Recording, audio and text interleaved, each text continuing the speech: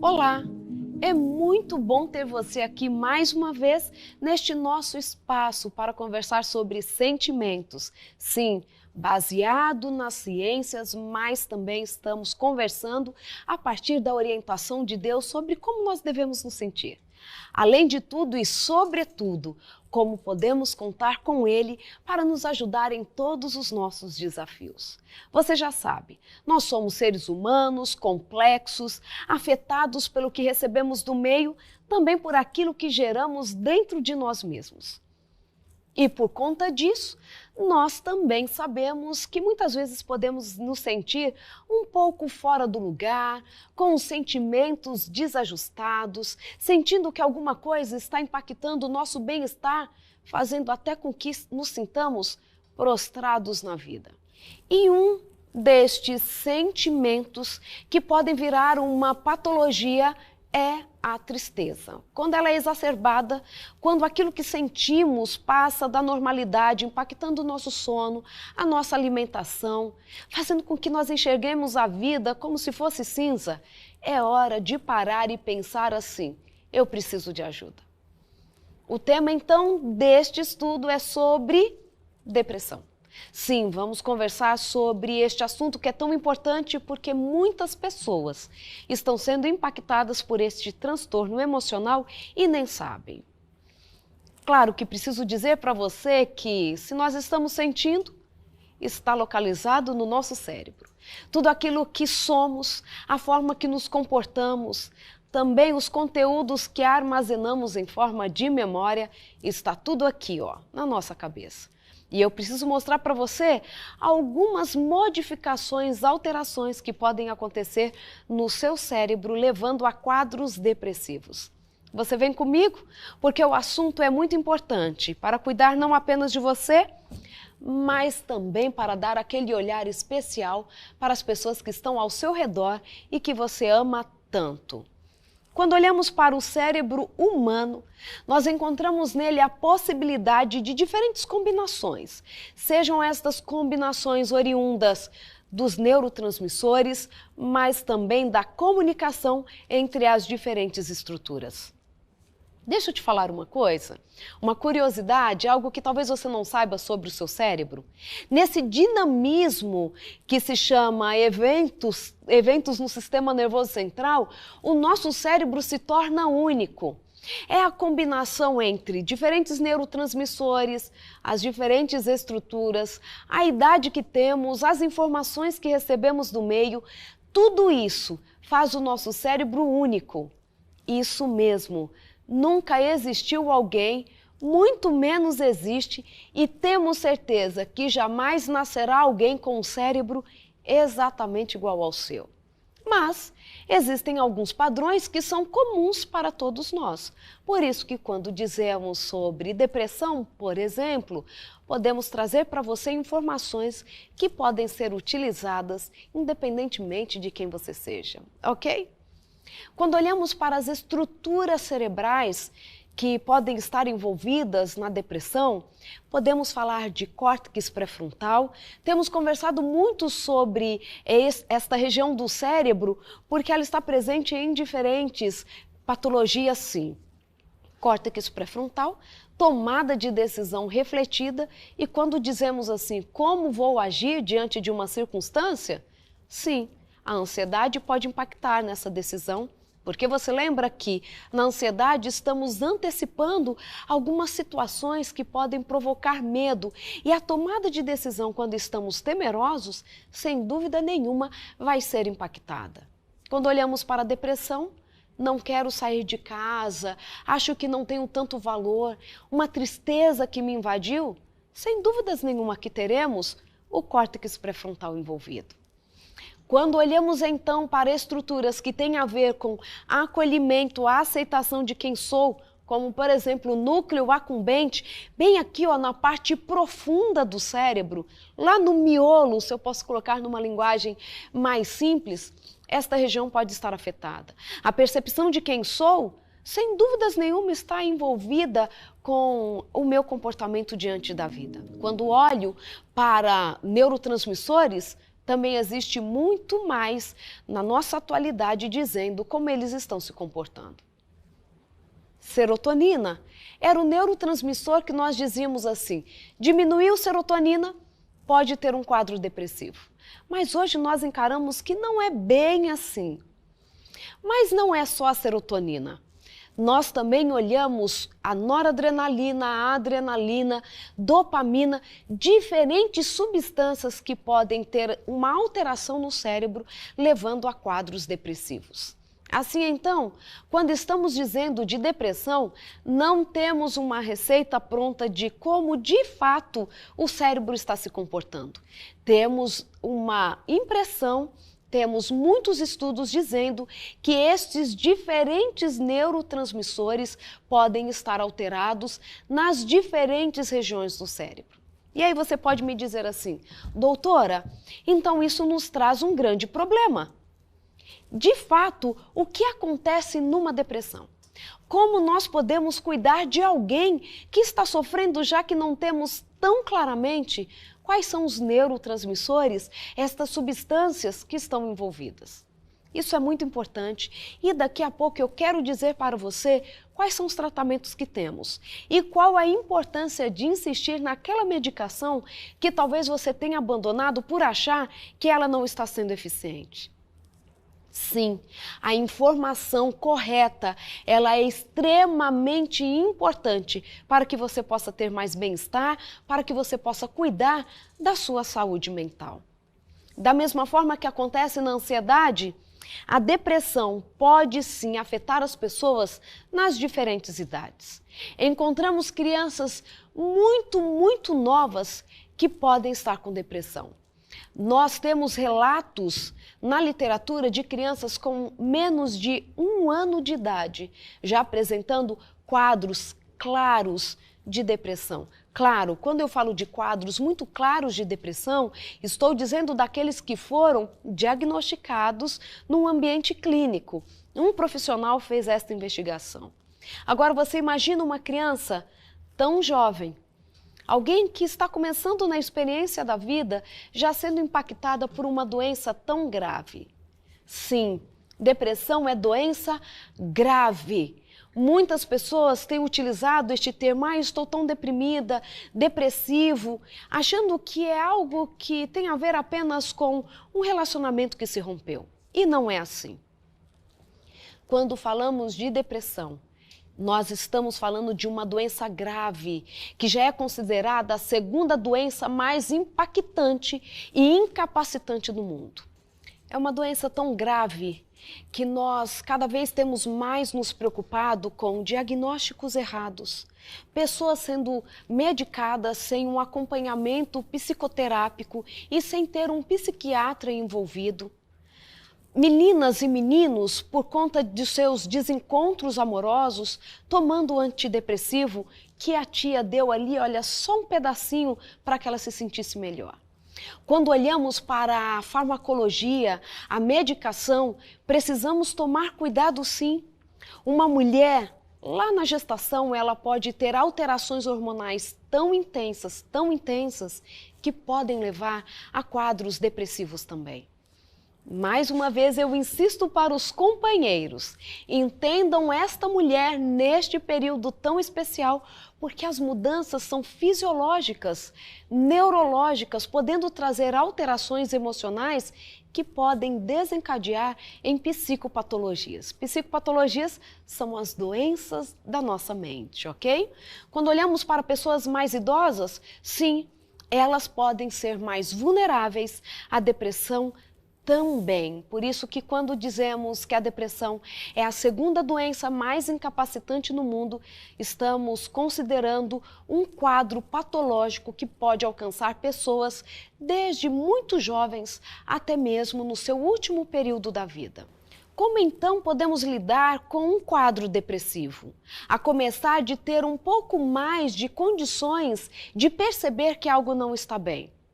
Lembrando que você pode adquirir a revista Sentimentos e nela existe um passo a passo dos principais sintomas da depressão e também os tratamentos mais indicados.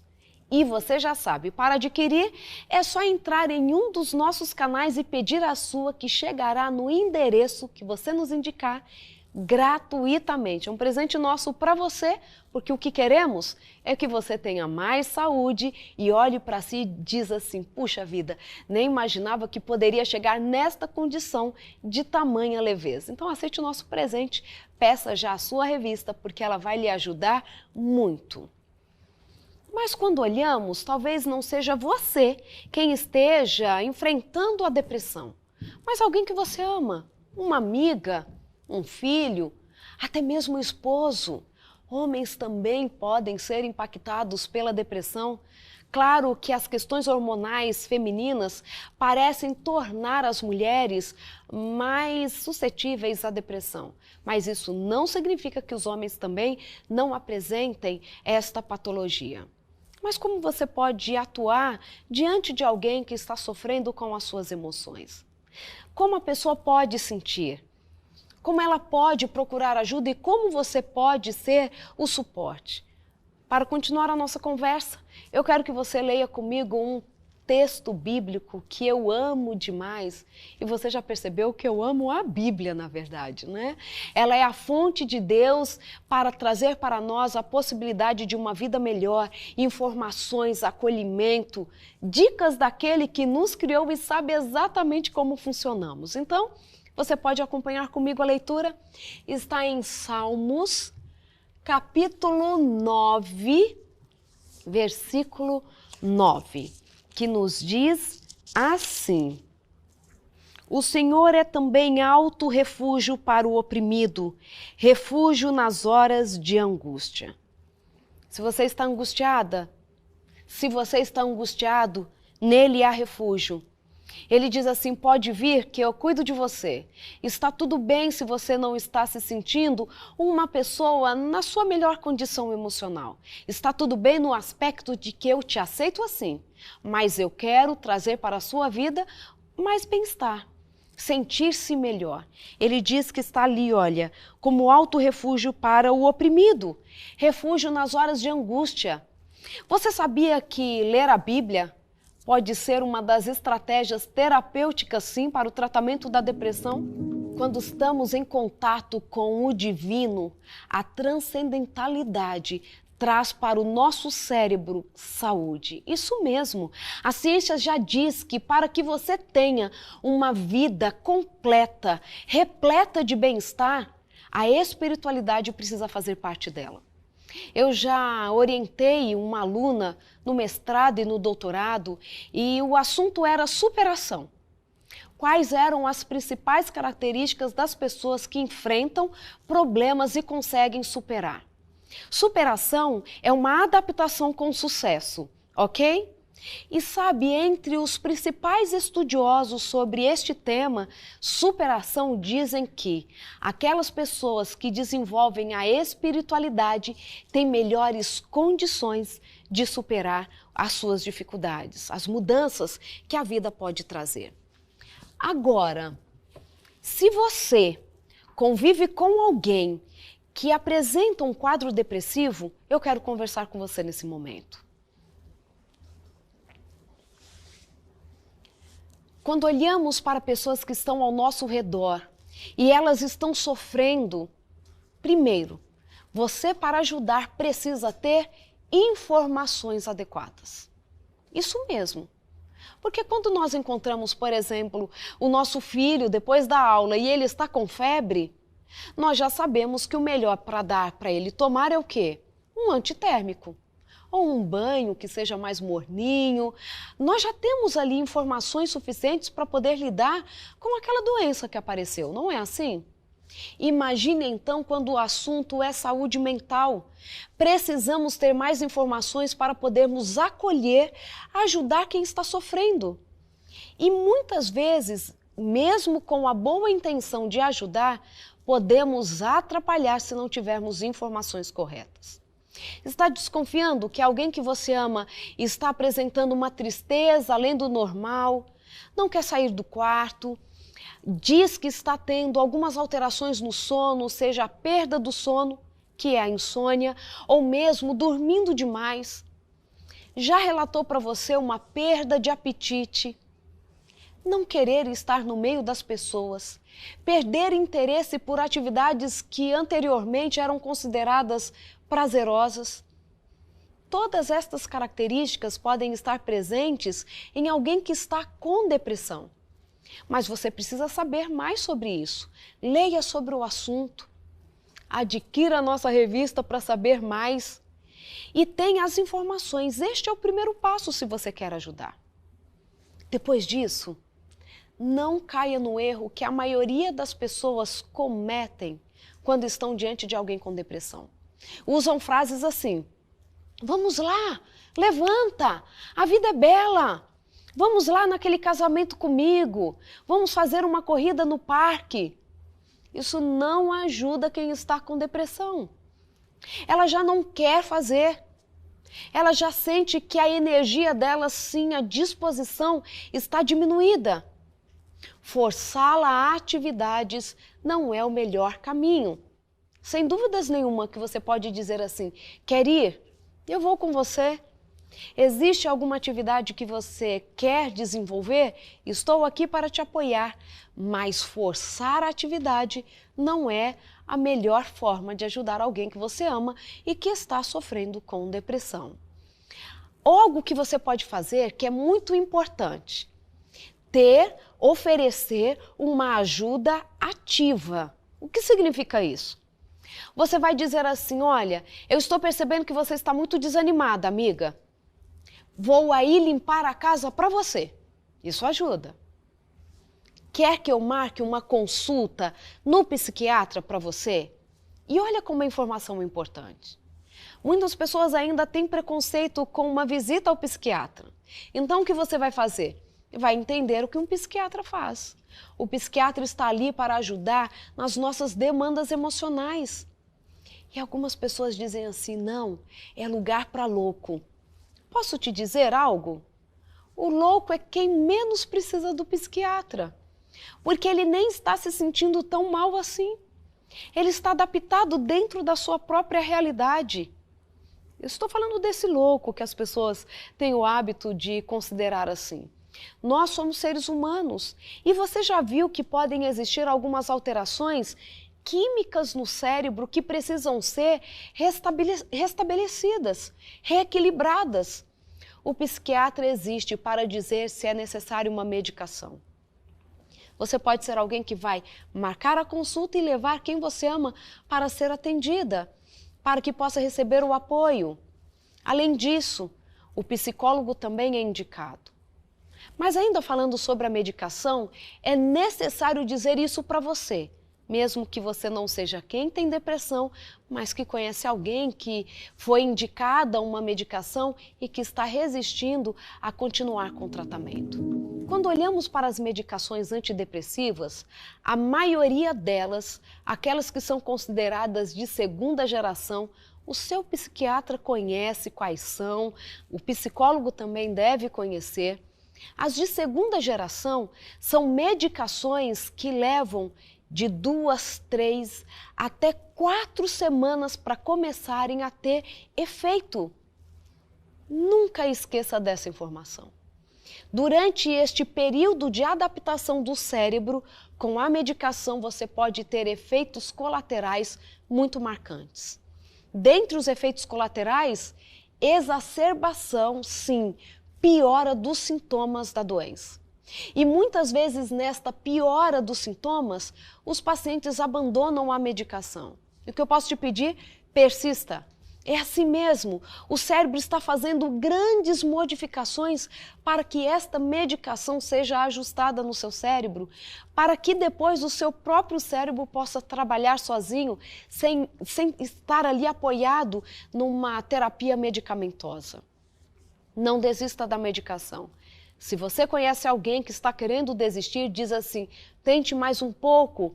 Se está insuportável, volte à consulta médica para que a dose possa ser ajustada ou para que o psiquiatra troque a medicação. É ele quem faz essa leitura, ok? Não somos nós que fazemos isso. Mas às vezes também existem alguns mitos que rodeiam uma medicação psicoterápica.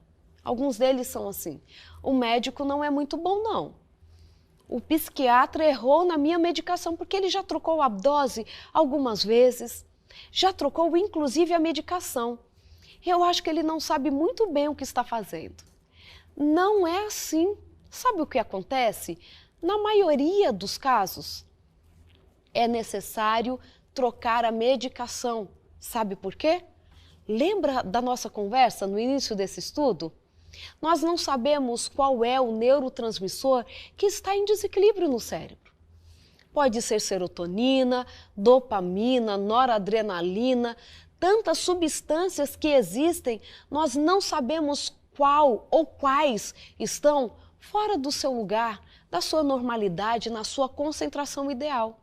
Por não saber, muitas vezes é necessária a troca da medicação para que você possa se sentir melhor, para que os resultados possam ser alcançados. Doutor, o que é melhor? Medicação ou a psicoterapia? Hoje nós nem falamos da diferença ou qual é melhor. Estamos falando que a combinação ainda é o ideal. Combinação de medicação, atendimento psicoterápico e estilo de vida. Nós já conversamos em outros momentos sobre isso. Cuidar da sua alimentação, sim. Existem alimentos que podem piorar o seu quadro quando é uma alimentação extremamente excitatória, com muito refrigerante, com muito café. Bebidas alcoólicas podem atrapalhar, sim, podem aumentar, intensificar e até mesmo disparar um quadro depressivo. Por isso que nós dizemos que a abstenção completa do álcool é indicada para todos os seres humanos. Você me dá a liberdade de falar um pouco mais sobre esse assunto? Hoje o que dizemos na ciência é que não existe uma dose segura para o consumo do álcool. Aquele álcool que é consumido na adolescência pode trazer os resultados na vida adulta, até mesmo na velhice. Mesmo que o indivíduo tenha parado o consumo do álcool, ele pode ter, por exemplo, uma maior vulnerabilidade ao Alzheimer por conta do uso que ele fez lá na vida jovem. Por isso que a abstenção do álcool é algo que dizemos muito, sim. O uso prolongado do álcool pode trazer para você uma maior vulnerabilidade a quadros depressivos e ansiosos. Quando a utilização foi na adolescência, alterações até mesmo no formato do cérebro, e nós dizemos alterações neuroanatômicas podem acontecer. E estas alterações podem ser irreversíveis. Por isso, cuide da sua saúde como um todo. A sua mente vai agradecer, a sua performance cognitiva, a sua saúde emocional dependem destas escolhas que você vai fazer a partir de agora, se você ainda não fez. Horas de sono adequadas, alimentação, exercício físico e tudo mais que você sabe que é indispensável. Se eu posso te dar mais uma dica sobre como se sentir melhor se está aí num quadro de depressão, ajude outras pessoas. O altruísmo é considerado uma das estratégias para o tratamento da depressão. Se você é aquele amigo que quer ajudar aquele seu vizinho, aquele filho, alguém que está com quadro depressivo, talvez você peça para que ela possa fazer uma ligação para alguém que está precisando de ajuda, não como uma cobrança. Já aprendemos aqui que quem está em depressão, colocar sobre ela mais pressão pode piorar o quadro. Mas envolver-se com a ajuda ao outro é uma estratégia para ajudar a quem está sofrendo. Claro que no final deste estudo, quero convidar a você para meditarmos um pouco mais sobre o que Deus tem colocado para nós como possibilidade de nos encontrarmos nos braços daquele que cuida de nós. E dentre as estratégias de Deus, a possibilidade de estarmos em relacionamento com os outros. Porque ser humano entende ser humano. A dor que sinto, talvez o outro já tenha passado por ela. Quando você olhar para si, saiba que existam pessoas que te amam e elas podem ser o suporte que você precisa neste momento, seja no enfrentamento da depressão, da ansiedade ou outra circunstância da vida que tem tirado o brilho dos seus olhos. Vamos ler mais um texto bíblico? E o verso está em Salmo 103, versículo 3. Ele é quem perdoa todas as suas iniquidades, quem cura todas as suas enfermidades. Deus está à sua disposição, nos deu conhecimento e informações suficientes para dizer assim: o pecado pode colocar sobre nós dores, mas Deus sempre vem com uma solução. Eu sei que muitas vezes as pessoas com depressão se sentem culpadas por não conseguirem ver a vida de uma forma mais leve, de uma forma mais colorida. Mas Deus está dizendo aqui: olha, eu posso tirar de você toda a sua culpa. Eu posso colocar em você um coração transbordante de alegria e estou aqui para isso. Ele pode curar as suas enfermidades. Ele está disposto a cuidar de você. Aceite o cuidado dele, aceite o colo dele e saiba que o choro pode durar uma noite, mas a alegria vem pela manhã. Vai passar, a tristeza passa, a alegria chega e você vai olhar e dizer assim: sofri, mas aprendi, caí, mas levantei, foi difícil, mas agora é possível continuar prosseguindo no meu caminho. Que você aceite este Deus cuidando de você e a sua vida será ainda muito mais feliz. Até o nosso próximo encontro.